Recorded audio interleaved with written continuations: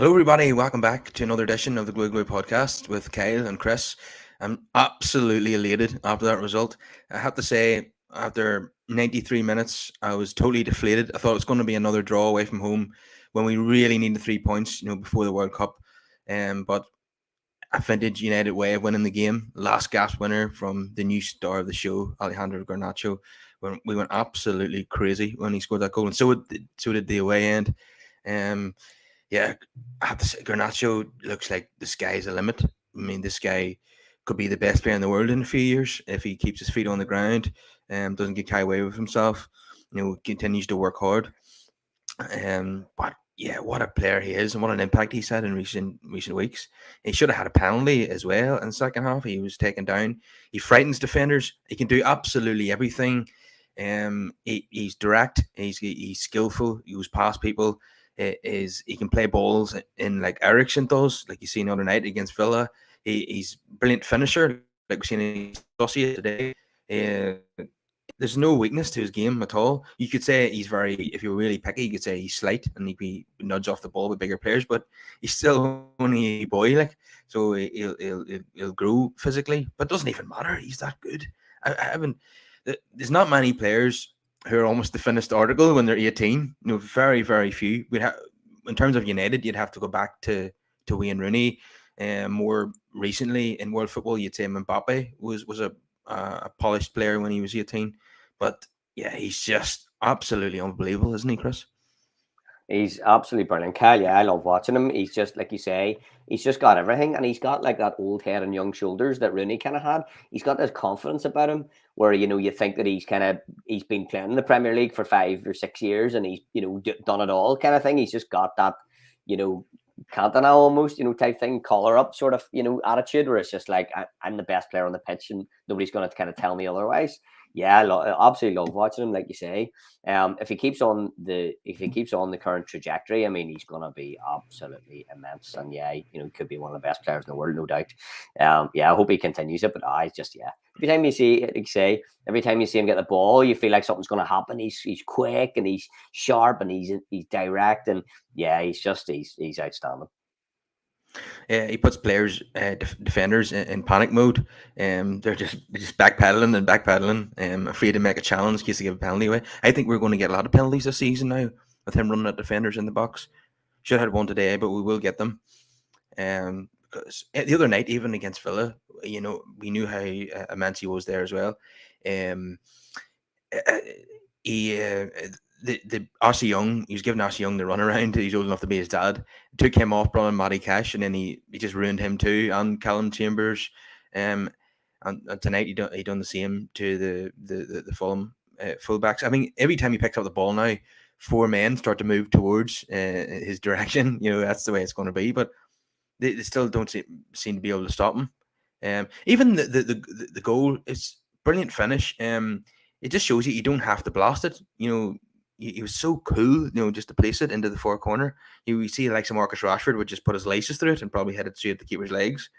It's just Um, that timing thing, isn't it? yeah, It's the same thing that we used to talk about with Mason Greenwood. He takes it early. His timing's brilliant. He knew when to hit it. Like you say, Rashford is kind of relies a wee bit on physical attributes in some ways, whereas with Garnacho, it's brains. It's timing. It's picking the right spot, at the right time. Yeah, he makes it look easy. He's absolutely brilliant. and he was second favourite to get to that ball. I mean, watching it in real time, I thought the defender would get there first and clear it, but he just stole in behind him, got in front of him with his pace, and Amazing then just pace. stroked it into the corner. Just got There's just no weakness to his game. He's just got absolutely everything. If he's gonna get he's only 18 now. If he's going to get better as a player, I mean, how good is he going to be when he's 20, 21? It's incredible. What we need to do now, we've got 6 weeks of no United games. United need to get him tied down. I believe he's out of contract at the end of the season. United need to get that sorted right now. I think Fabrizio was just saying that United is a priority now to get him tied down to a new deal.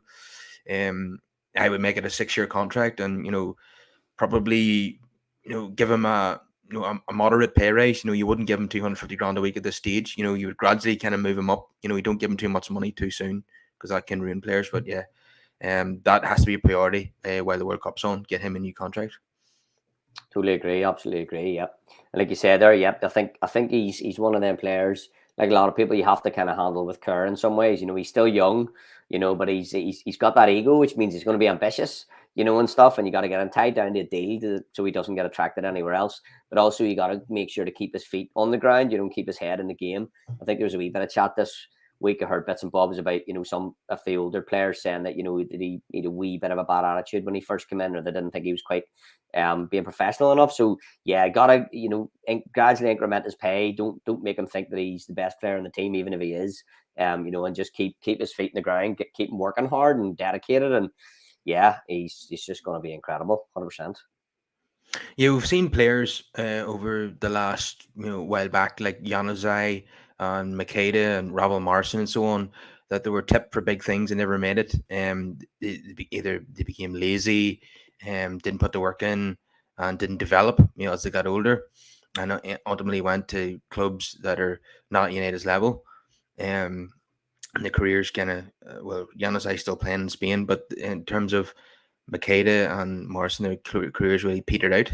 And then we seen another player, which I don't want to talk about, who ruined his career because his ego got too big and he turned into, doing, allegedly done some bad stuff. But Garnacho, I think he's a level above all those guys I'm just mentioned. I think he's got it all. And all he needs to do is just take advice from the manager. Don't get too okay. It's okay to be arrogant because that partly is what makes him the player he is arrogance. But don't get too carried away with himself. As long as he works hard in training and he's like you mentioned there in the summer, he turned up late for 2 team meetings. Once he sorts all that out, and keeps his feet on the ground, and works hard in training, then he is going to be an absolute superstar. And like I mentioned earlier, the contract needs to be sorted out because we know I don't even need to mention the club that will be looking at him right now and be licking their lips because he's a Spanish Argentinian, and we know Real Madrid and probably Barcelona would love to get their hands on him. I believe that he Absolutely. came from Atletico just in 2020. Now, we often on this show and other United fans are very critical of Man United scouts. Whoever scouted that boy and got him to United, he deserves a pay raise, doesn't he? Absolutely, absolutely. Yeah, for once, I know for once we've done the thing that we moaned about for so long. We were always going, why are Liverpool and City and these other teams always uncovering these gems and getting them cheap? And why can we never find that? Well, finally we found one. Yep, 100%. Finally we found one. And we need to hold on to him. Like you said, Kyle, he's Spanish speaking. He could be tempted by, the bright lights of Real Madrid or Barcelona, and we need to make sure that he stays at Man United. Convince him that this is the right place for him and for his career. So yeah, 100%. Need to get him tied down, stop him going anywhere else. Absolutely. Definitely. But going back to the game itself, then United were very good in the first half. Should have been going into the break at 2-0 up. Ericsson had another opportunity to score and didn't take it. Martial had a couple of chances, and ultimately, we've seen it a few times this season where we haven't scored the second goal and then we conceded an equaliser. Bruno gave the ball away, which led to the equaliser when Malacia was out of position, so we're in trouble. And Daniel James, of all people, scoring for Fulham. And I thought I was just so disappointed with yet another draw because remember the draws against Newcastle and Chelsea, they were games we should have won. And you want to win the last game before this break now. You don't want to be sitting thinking about a poor result for 6 weeks. So I was just so absolutely elated when we got that last winner. Yeah, so in terms of other players who played well, definitely Ericsson, goal and an assist for him. Lovely we 1-2 with Garnacho for the goal. Nice finish from himself. He could have had 2 goals and an assist, like I said. Casemiro, he won the ball back for the first goal. Brilliant by him again. Just as usual stuff, winning balls in the centre of the park and playing some lovely passes. Malacia, now he struggled against Willian at times, but he's a left-footed player playing it right back, so I don't want to be too harsh on him. But in the circumstances, he was basically handicapped because he's playing on the wrong side of the pitch. I thought he did really well. He's tenacious, as you know, and he cut out crosses and made blocks. Yeah, so was as happy with the forms he put in, even though he was played out of position. He did a job for the team, and he did it well. Martinez, I mean, what more can I say now at this point? Everybody knows just how good he is, not just as a He's defender, great. but on the ball as well. Those diagonal balls, just cause havoc for opposition defenses. I'm And every still time I'm you, still I'm still laughing, Kyle, at the pundits that actually said that he wasn't going to do it in the Premier League. I actually am still laughing at them. It's ridiculous. He's not only went on. They actually said he would be crap. He's not only been not crap. He hasn't even been average. He's been absolutely outstanding. So they couldn't have been further from the truth. He's brilliant. yeah, and they were probably waiting for him to make a mistake so they can try and say that they were right, but forget about it. He doesn't make that many mistakes. Um, if there's a 50-50, you know he's going to win it. And he doesn't, we've seen the likes of Maguire who will go into a challenge and just take people out and miss the ball. See, when I see Martinez coming across to make a challenge on like Pereira today, for example, he's going to win the ball. Just brilliant. He just times the challenges absolutely brilliantly.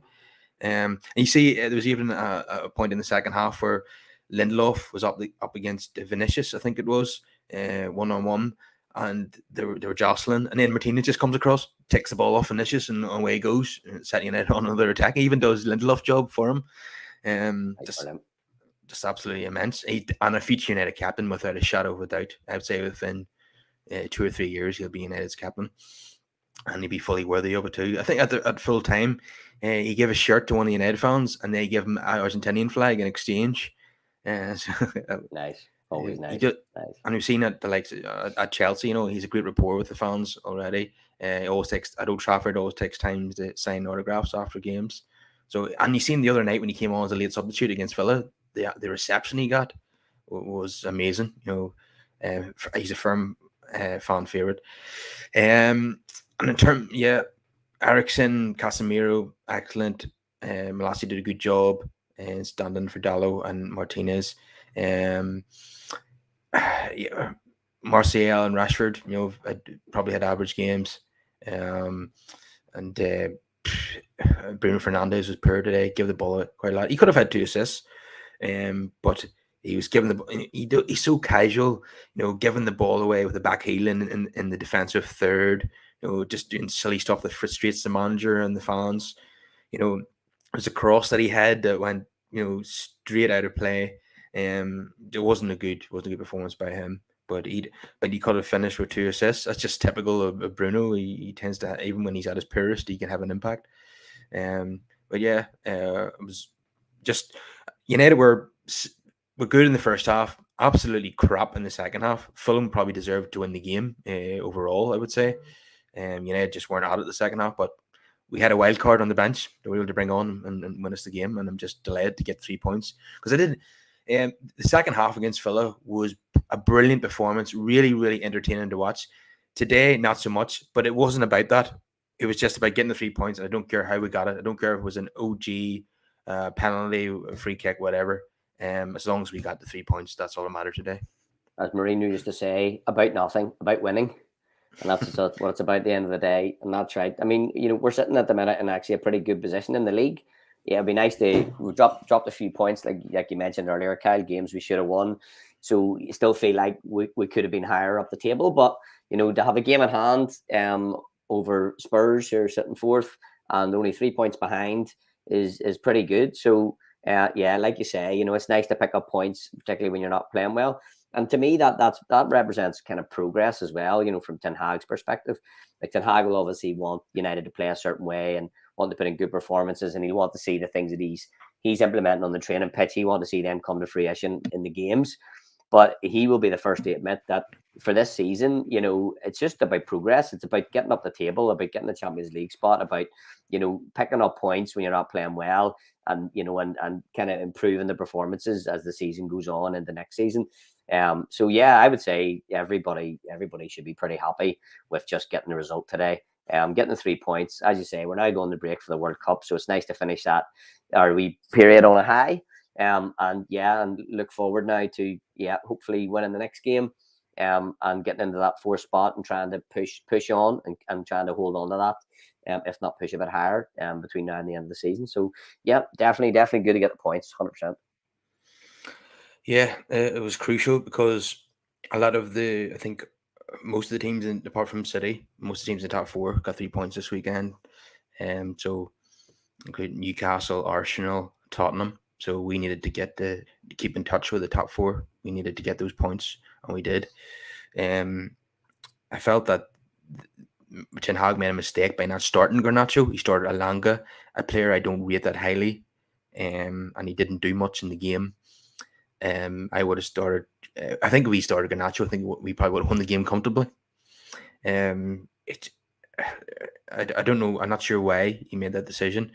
Um, I would have been frustrated if it wasn't for the last minute winner. I would have been frustrated with Ten Hag today, if I'm being honest. Garnacho got him out of jail, and he seen him coming onto the pitch to celebrate with Garnacho at the end of the game, the manager. So he knew that it was a crucial win, and that Garnacho done the job. Because if we had not got 3 points, a lot of the fans would have been saying, listen, why didn't you start Garnacho? There's no excuse for that. Everybody wanted to see him start today. Considering Alanga is just nowhere near his level. It was a strange one, but it doesn't matter. We got the points. And for me, it's going. I know he's trying to bring him in and out of the team to try and keep him grounded, but it's going to get to the point where he has to be the first name in the team sheet. You won't be able to justify leaving him out for Alanga anymore. You have to play him. You Yeah, know. well, that's the thing at the end of the day, isn't it? As people always say, if you're good enough, then you're old enough. Age is just a number. Like you talked about Rooney earlier, when Rooney was 16, for flip's sake, or 17, he was playing in the Premier League, and it was very clear that he should be starting every game for Everton at the time.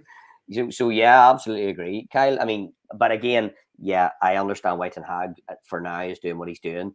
The guy's only 18. He's only played a few games.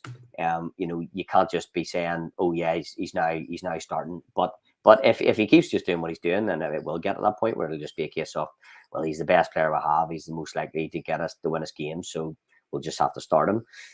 But yeah, I mean, Alanga, I disagree with you slightly. I do like Alanga, and remember too, he is only 20. He's still only a young lad himself. He's a lot more to do. I think he's got some great attributes. But certainly he doesn't look to be on the level of Garnacho. But then, most people don't. As we talked about, this guy could potentially be a real world beater. So I still think Alanga has something to contribute. But it's clear for all to see that Garnacho is a lot better. So it'd be interesting to see how Ten Hag uses them. But yeah, Garnacho's just brilliant. Just to come back on that, Alanga, I can't remember the last time he had a good game. He hasn't scored since February. Uh, I think he'll have a good career, but I don't think it'll be at Old Trafford. I think he works really hard and he's quick, but he just seems to be very naive. Even today, when he runs into blind alleys, and his shooting is really poor. Garnacho makes him look really bad as well, to be fair. But yeah, I wouldn't be starting him in important games like this. And I think he might go to a middle of the road team in the Premier League and have a good career, but I just don't see him being a long term future at United. But today, Garnacho got us out of jail. But again, it's the striker thing is the issue. That has to be the next signing. And like just think about someone like a Victor Osman at Napoli. Fantastic centre forward. He has scored another brilliant header yesterday. If he's coming in to play with Garnacho, Ericsson, and Casemiro, I mean, how exciting is that? A proper number 9 who scores goals. He scored goals in France and Italy. No reason why he can't come to the Premier League and do the same. Big centre forward like him. Nigeria international. If someone like him was to come in, because that is a vacancy that we have. We know I don't want to talk about Ronaldo tonight, but he's done. And Martial can't be relied on to stay fit. So if we plug that hole, just how exciting would that be to see a world class number 9 player with Garnacho, Ericsson, Casemiro, and Bruno and Anthony. That's just kind of the void we need to fill, and then we're going to be flying out. Because the only things we're playing well in games, we're dominating possession. Maybe not for the whole 90 minutes, but we're having long spells in games where we're dominating, but we're not taking our chances. If we get a striker in, then we'll see us score more goals and we'll win more games. So Yeah, it will be enormously exciting, if we get a number 9 in to complement this team. No, yeah, definitely. I mean, it's yeah. I don't think anybody would disagree with that, Kyle. Yeah, if we had a world class number 9 in there, I think it would just be the icing on the cake. Because, like you said, I'll imagine that when Ten Hag came in, he obviously would have looked at the areas that were priority and the ones that were less priority, and he's plugged a lot of those gaps that we had. Centre midfield, particularly. Having Casemiro and Ericsson come in has just been great. And the same with centre back, and the full back. So you're right. I think he himself will be looking and saying, I feel like the priority areas are looking much stronger now, and start to look at the likes of a striker. I would love to see us bringing in a striker. I mean, interestingly, I do also think the type of player that we get, the type of striker we get, might depend a little bit on how Ten Hag wants the teams to play. I don't know if he wants like a Haaland type player, just a big, somebody who does very little except score goals. I'm not sure he would like a player like that. So I think it'll be interesting to see what kind of a striker he goes for, or what he wants him to kind of do. He does seem to like people pressing from the front and getting involved. But yeah, I think you're right. I think where we're at now, it's probably really only a centre forward is that we lack, and if we have that, I think we'll be in a pretty good position. Well, a different type of striker he could go after was João Felix at Atletico Madrid. Very different player to Osman. He's a very small player, low center of gravity. He'd be perfect for Ten Hag's pressing game. So different. So again, there's two very different strikers there, Felix and Osman. So it all depends on which one Ten Hag would like the most. But I'm sure he's flexible. Ten Hag has played false number 9s, and he's played, big traditional number 9s at Ajax. So I think he'd be flexible on that and wouldn't mind either of those options. But it would be interesting to see who United do bring in. Most definitely. Ideally in January, but we might have to wait till the summer, probably realistically, to make that sort of signing.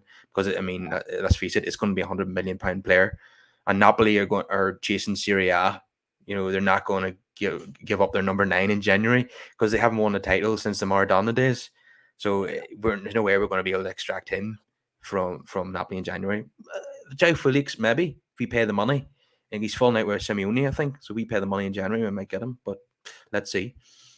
Yeah, no, exactly. Yeah. I mean, I to be honest, I never pin much of my hopes and dreams on January signings. Although we've had some great ones over the years, but often I feel like if you're going to get a player who's going to change your team like that, the team that he's leaving, unless he has had a fallout or something, which would make him more amenable to a move. I think most players at that level, the team won't want them to go mid-season. They probably won't want to leave mid-season halfway through a kind of a project themselves. So yeah, you're right. I always feel like it's hard to get those kind of players in January, and people say that all the time. It's pretty obvious.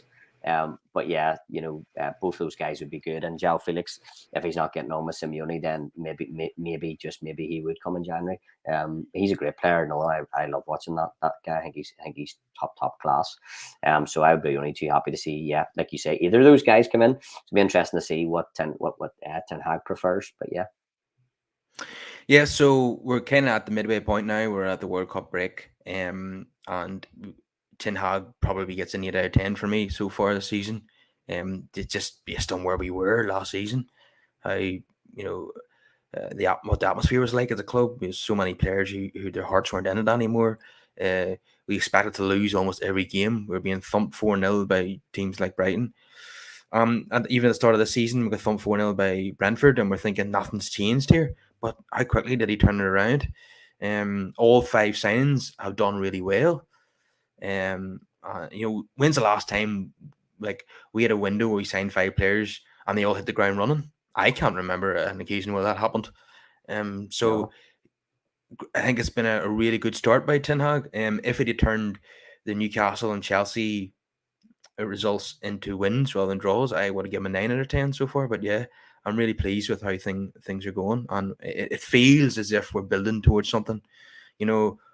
I wasn't under previous managers. I wasn't confident, that we were going places.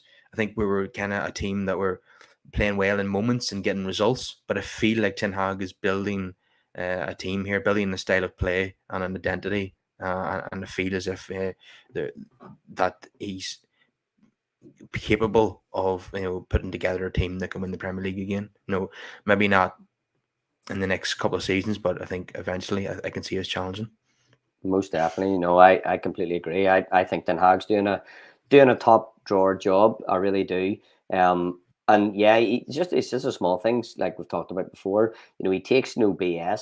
He's just the type of guy. He knows what he wants. He knows what he's trying to build. He knows what that takes and what he demands from the players and what they're going to have to give him.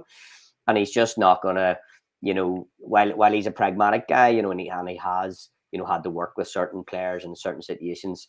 But he seems to be very good at extracting the maximum from a team. And yeah, he's been given a little bit of backing in the transfer market, and he's got it absolutely bang on right.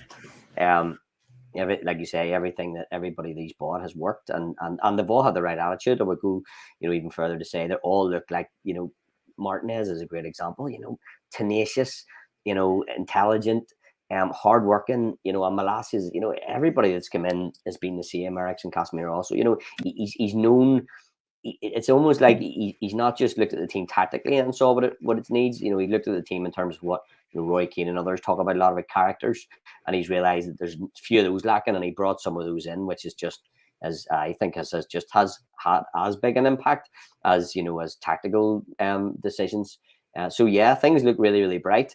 As you say, Kyle, the league is so strong at the minute. Even if we had a team that's capable of winning the league in previous years, I don't think that would happen overnight because the rest of the league is so strong, and Newcastle are getting better, and City are good despite what happened today.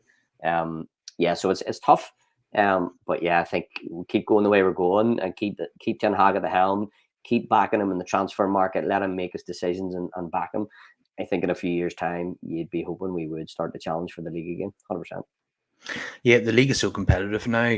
I'd be happy with just one title in the next 10 years. It's I just think it's most people becoming would, yeah. yeah. You can't see us doing what we did in the 90s, or the 2000s. You just can't see that happen to any club in the Premier League at this point in time because everybody's so strong. So strong. Even when City and Liverpool were so far ahead, there was always them too. Even they couldn't have said, "Oh, we're going to win this year." It's just so competitive. Yeah, so just mentioning Ten Hag being a disciplinarian there, he's obviously disciplined Ronaldo and Garnacho at different points in the season. But ever since Anthony done the showboating in the FC Sheriff game, we haven't seen him. He subbed at half time and hasn't played since. Officially, Ten Hag has told journalists that he has a leg injury. Didn't go into any specifics, but it's very strange. Has he disciplined him by just simply leaving him out until after the World Cup? If he starts the first game for Brazil, then it will look that way. Not everybody believes he's genuinely injured, and especially as Ten Hag didn't go into detail about the injury. So if he's disciplined him that by leaving him out of 5 games, that is really putting his foot down there. But yeah, that's Ten Hag's style of management, and Big time. it works Big so time. far. I'm really impressed, Yeah, no, because same. Yeah, I actually forgot about Anthony. Yeah, you're really, really good point there, Kyle. Yeah, and I mean, if he has left him out for 5 games, you're going, that's not for the faint-hearted. Like that's pretty damn tough. But maybe that's what he's seen that Anthony needs. I remember seeing quotes before from Anthony, before he came to United, when he was kind of on the verge of signing, about how he'd worked with Ten Hag in the past, and obviously at Ajax, and talked about how Ten Hag was always he didn't say critical of him, but I think he meant giving him a lot of feedback, constantly nudging him in the direction. So I get the feeling that Ten Hag kind of feels that Anthony is, a kind of a world-class player in there, but, needs a bit of refinement in a sense, probably attitudes and things.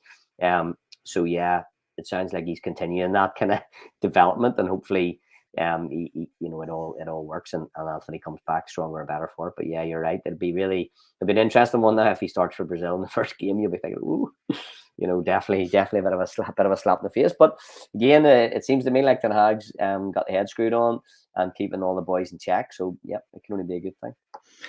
yeah, it's just an absolute world away from the previous permanent manager who was friends with all the players and calling them by nicknames and all.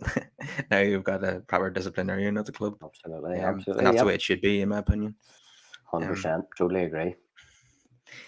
Yeah, so let's get on to the player ratings. Going to be a few high scores in this one, I think. So David De Gea did well when he's called upon. Probably if it was overcritical, I would say that he punched one out that led to another opportunity for Fulham where he probably should have caught it. It was an overhead kick, was wasn't much power on it. I don't know why he punched it out, but he should have caught it. But anyway, I give him 6. Malacia, yeah, he was. It was hard, playing in position against someone like Willian, as we know, is top drawer player. I was going to say he's a But top class player. Exactly, wouldn't be too critical. Yeah, totally agree. so he did well in the circumstances. I think he got better as the game went on, Malacia. So I'll give him a 6. Lindelof, yeah, partly at fault for the goal. He does that thing that really annoys me, where he tries to cut out crosses where his hands behind his back, and that really gets on my nerves. And committing fouls in the centre of the park, just gets just doesn't get close enough to people. Just seems to be very kind of casual. When someone's running behind, I think it was in the first half, and he doesn't really like Martinez. He doesn't really run at full pelt to try and block the shot. The player runs behind him. He still seems to run at kind of 70%, if you know what I mean. He's just a bit lackadaisy. Um, he's always been a player that I've been heavily critical of. I can't believe that he's played 300 times in Man United, given that he's an average defender for me, someone who gets bullied, and doesn't have great pace. And he, but it's okay if he's a squad player. He's filling in for Varane at the minute, obviously. But I wouldn't give him a new. He's a good squad player for now, I would say, but I wouldn't give him a new contract. But on today's performance, it would be a 5 for me. Martinez gets an 8 again, just like for the reasons I touched on earlier. Just absolutely immense. He's 8 every week at least. Luke Shaw, an okay game for him. He wasn't bad, and he wasn't at his best either. He did another one of those kind of cynical fouls, where he just puts his body in front of someone and stops them getting ahead of him. He does it all the time. This is why he gets suspended quite a lot. He gets 5 yellows usually pretty quickly. Um, but yeah, I give him a 6. Casemiro, brilliant. Won the ball back for the first goal. He done it several times. And his passing is fantastic as well. Great leader on the pitch. Such a privilege to have him at United. I never would have thought. When I watched the Champions League final back in May, Madrid against Liverpool, I never would have thought that was Casemiro's last game for Madrid, or maybe second last game, and he would end up at Old Trafford. That didn't seem likely to me, but delighted that that's the case. So he would get a 7 for me. Christian Eriksen, goal and an assist. Probably could have had 2 goals and assist. He would get an 8 for me. Bruno Fernandes, like I touched on earlier, gives the ball away needlessly. Takes on shots when he should pass. He did get a nice assist, even though he might not be credited with it. And he could have had another one. But yeah, overall a poor game by him. So I give him a 5. Elanga, again, another game where he's completely ineffective. Works hard. He has great pace, but other than that, didn't do much. He had a chance where he was very early on in the game, where he was through, and he had a team effort to the goalkeeper. So yeah, and probably another 4 for him. Marcus Rashford, not a great game by his standard. He went down injured quite a lot in the game. His shoulder and his head 3 times, I think he went down, but he lost it in 90 minutes. But yeah, not a particularly great game by his standards. So I'll give him a 6, and Martial probably a 6 as well. He should have scored at least one of his chances. He had a header, another opportunity where he tried to score by putting the ball through the keeper's legs, and keeper got a touch on it, and then it kind of trickled towards the line, and somebody, the defender, yeah, he should have scored at least one of his chances. So yes, a generous 6 for him. Ten Hag really likes him, so as long as he's fit, we're probably going to see an awful lot of him. So McTominay, yeah, again, he should have scored a header towards the end of the game. That was really poor. The ball just seemed to hit his face and go out for the ball. Kind of hit him rather than him attacking the ball. It was a strange attempt at trying to score a header there. Great cross from Shaw. Yeah, McTominay will probably get a 6. He done some. He always puts himself about. He works hard, and he he, uh, he did well in the center of the park. He took it some nice control, taking past the player and then starting attack. So he did reasonably well, but in front of goal he wasn't good. So 6 for him, I think. He probably would have got higher than that the other night. He did well in the Aston Villa game, and he scored, of course, as well. And Garnacho probably gets a 9 for his impact. Even before the goal, he was wreaking havoc for the Fulham defense down their right hand side. Just an unbelievable player, and we're going to see lots of 9s and 10s for him, I think, over the course of the season and seasons to come. Yeah, and Ten Hag probably would have got a very low score because I was if he'd have drawn the game because I was very unhappy Garnacho didn't start and he started Langa instead of him. And he probably wouldn't been criticised for the makeshift back four, even though he had to be creative because of Dallo being suspended. But because he won the game, I'll give him a 7. His substitute, even though he should have started, he did win United the game. So, yeah. So what's your thoughts on the ratings? Would you change any of those? No, I think in the main they're all bang on, Kyle. The only thing I would the one maybe would slightly disagree with would probably be Fernandez. He's an interesting character in some ways. I think Fernandez, and I see why opposition fans particularly don't like him. And there's a lot of things about his game that I don't like as well. He does tend to do a little bit of cheating. He does tend to dive a wee bit. He's always moaning and gurning at the referee. Like you say, sometimes he makes stupid decisions like trying to backheel passes in the box and stuff like that. And you kind of want to kill him at times. But it's almost, I feel almost like that's kind of just part of the package that you almost have to put up with to get the great things about him. He is a player, like people say, he'll try all these passes and 8 times out of 10 they won't come off.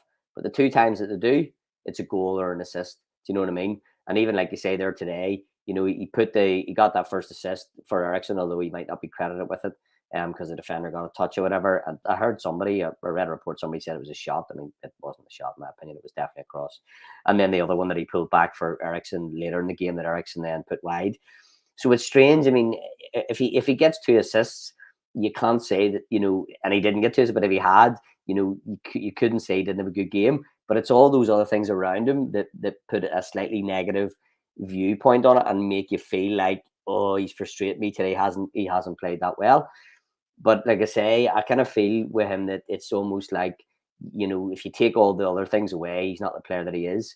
And it's easy to kind of, he just doesn't look as polished or slick as the likes of Casemiro. And I think that's what it is. And you just know you have to put up a lot of chaff to get through to the good stuff. But I do think there's a lot of good stuff in there, and like I said, if you got 2 assists out of a game, you'd say he did his job, he played well. So yeah, I would just say probably I would be a wee bit less harsh on Fernandez, but I can totally understand why he frustrates you. I think he does generally frustrate people, and opposition fans don't like him for obvious reasons.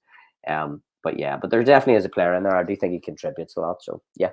Apart from that, I would say I agree with everything else that you said, Kyle, 100%. Sorry, I don't know how true this is, but apparently Bruno said in his post-match interview that Jamie Carragher was wrong about Martinez. I hope that is the case. Well, that's another thing I do like about him if he said that, because he always backs his teammates and he's he's not shy. So yeah, I hope he did say. Yeah, he actually said publicly about Garnacho a couple of weeks ago that he had disciplinary issues during the summer. So interesting that he would come out with that publicly. That it was strongly debated in the sports channels about that. Was it the right thing to do? Should Fernandez keep that in house, or should he, publicly say that Garnacho has had disciplinary issues? Should he be saying that publicly, or should that be kept in house? What do you think? Yeah, again, I do. I mean, my default position on that normally is to keep these things in house. But I think I said this to you before, Kyle, that there's some players I think that you can, if a teammate tells them or a manager tells them something, 100 times, some of the players just won't listen to that, and they'll say, oh, well, everybody else around me tells me I'm great. I don't really care, if you have this opinion. Whereas for some people, I think people like that, if you call them out in public, and then everybody sees it and hears it, then it makes them feel like, oh, well, maybe I do need to change that perspective, because it's not just coming from people around me. This is now going to be, everybody's going to think this. And sometimes I think that with certain people, it almost takes it to get to that point, till to make them change. So maybe somebody has thought, maybe Fernandez, has thought, yeah, let's not, blow too much smoke up Garnacho's bum, because he get a big head, so let's keep the compliments a wee bit measured. So yeah, I don't know, maybe it's that, but generally I would say keep it in house. But maybe on some occasions, you kind of have to take that approach. Yeah, I think it was just a troll saying that Garnacho or not, or Fernandez criticized Jimmy Carragher's opinion on Martinez, because I found from the Athletic what he actually said in the interview. Because Jimmy Carragher said "Well done, Bruno," and done like a clapping emoji. So I was trying to find what he actually said, but I found it now from the Athletic. Now this is a quote from Bruno Fernandez. It's not exactly the time we want to be playing in the World Cup. We know the surroundings about the people that have died. We are not happy about that at all. So he's been critical about Qatar hosting the World Cup. Now, and not to get into a massive debate about this, because it's been talked at length by other channels and pundits. But um, it, if anyone wants to protest, if any player wants to protest against this, the best thing they to do is not turn up. If you're just turning up and playing anyway, and you're not hurting the host nation, you're not hurting the sponsors by turning up and playing and done silly protests like Harry Kane wearing the rainbow captain's armband and stuff like that, and Bruno in his interview. You've seen the Australian national team be heavy critical of the host nation as well. But it's just virtue signaling if you're just going to turn up anyway. The best form of protest is not to go to the World Cup, but I can't blame players if they want to go, because it's the pinnacle of many of their careers playing in this tournament, and if they boycotted this, they might not get an opportunity in 4 years' time to play in the World Cup in North America. So I if they want, I just think if a player wants to turn up, that's fine. I can understand that, because this is the pinnacle of their careers. But if you're going to protest, then you know if it's important to you to protest, then don't go. To turn up and protest, I don't think it's effective. Really, people will say you're just virtue signaling. So yeah, that's just my opinion on that matter. Um, so Manchester United were fantastic the other night against Aston Villa. In the League Cup, the first half was absolutely drab, boring 0-0, and put you to sleep. Second half, Villa score early on, they net equalise immediately, and it's just back and forth. Amazing game of football in the second half, and today was all about getting the points, But on Thursday, it was just thoroughly entertained. It was a great second half, and lit up by Garnacho again. Yeah, so United are through to the next round of the Carabao Cup, and we've seen teams like Arsenal, Chelsea, and Tottenham go out in this round. Liverpool will now play Man City in the next round, and we've got Burnley at home. Well done to Peter Schmeichel and Dion Dublin, who drew the balls for the fourth round. Done a nice job there, giving us a good chance of getting some silverware this season.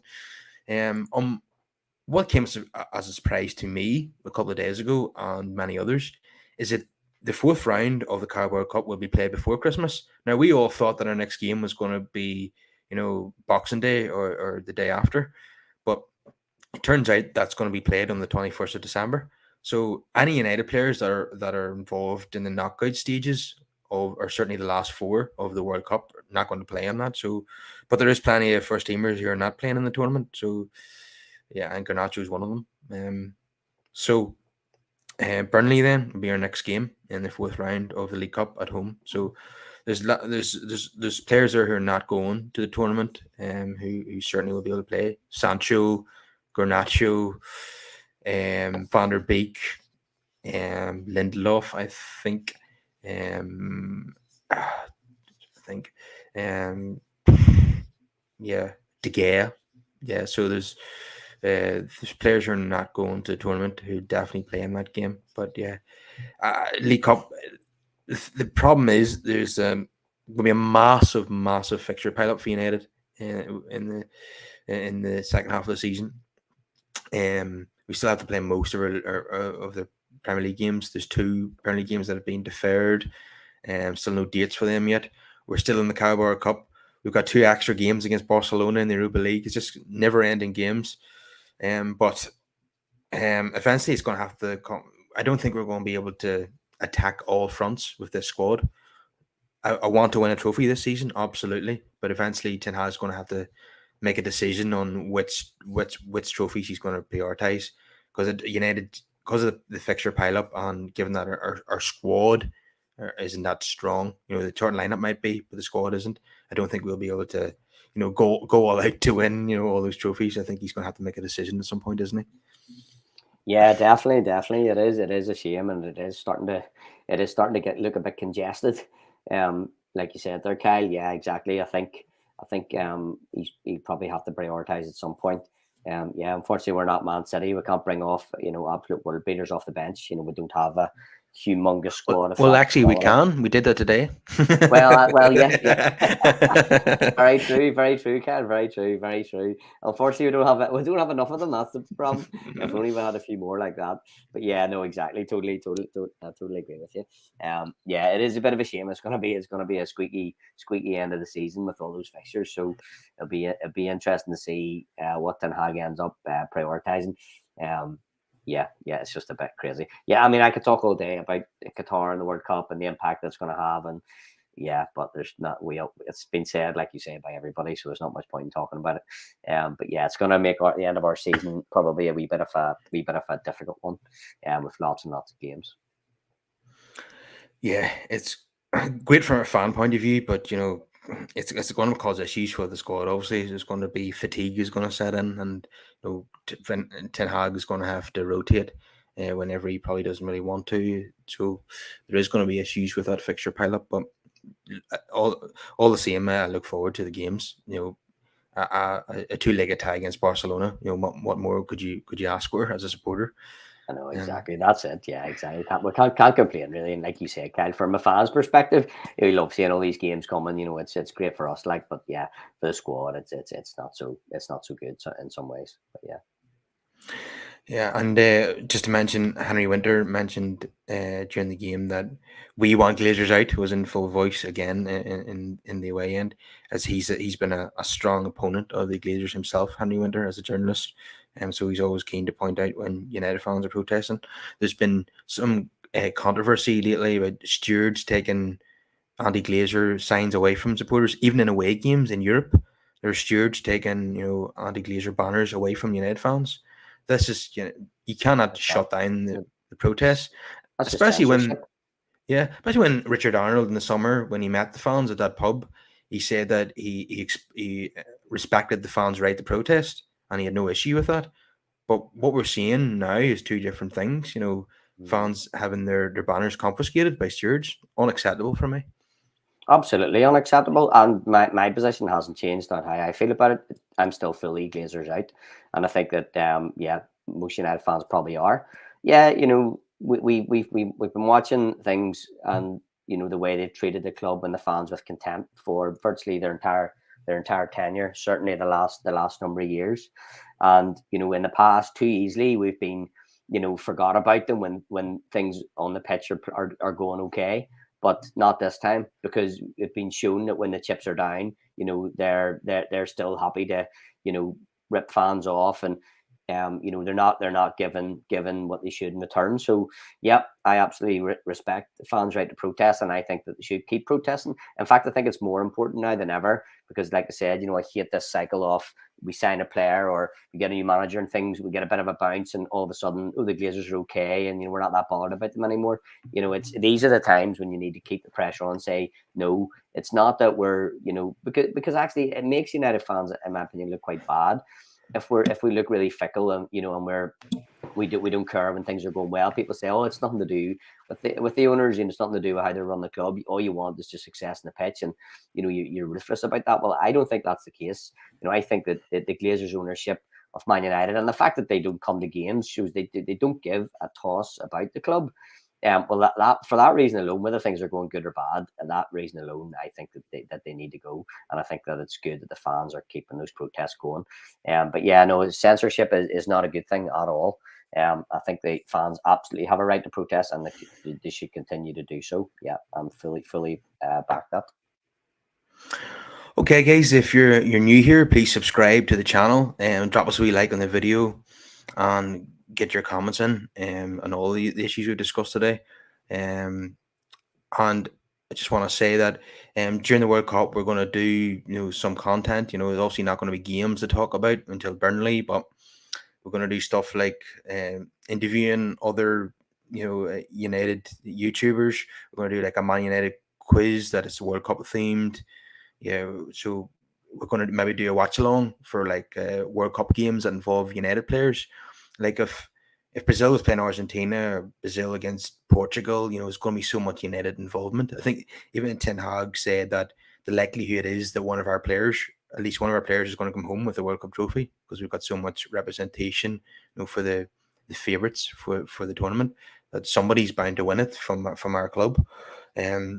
So yeah, so we've got plenty planned for the next few weeks. So we're not going to disappear, anyone. We're going to be here. We're going to be producing some content. So I really look forward to that. And Chris, I know you want to come along for the My Night quiz. Absolutely, Kyle. Yep, I'll be there 100%. Yep, all sounds like great content lined up. Yep, to keep us going and keep Man United still in focus during the during the World Cup break. Yeah. So it sounds like great stuff. Yep, and I'll come to everything that I can. 100%. Good man. Sounds great, Kyle. Yeah, absolutely. So I'll see you again then, Chris. It's fantastic to have you on the show, and no doubt I'll see you again for the quiz in the next couple of weeks. See you soon. Till the next time, Kyle. Take care.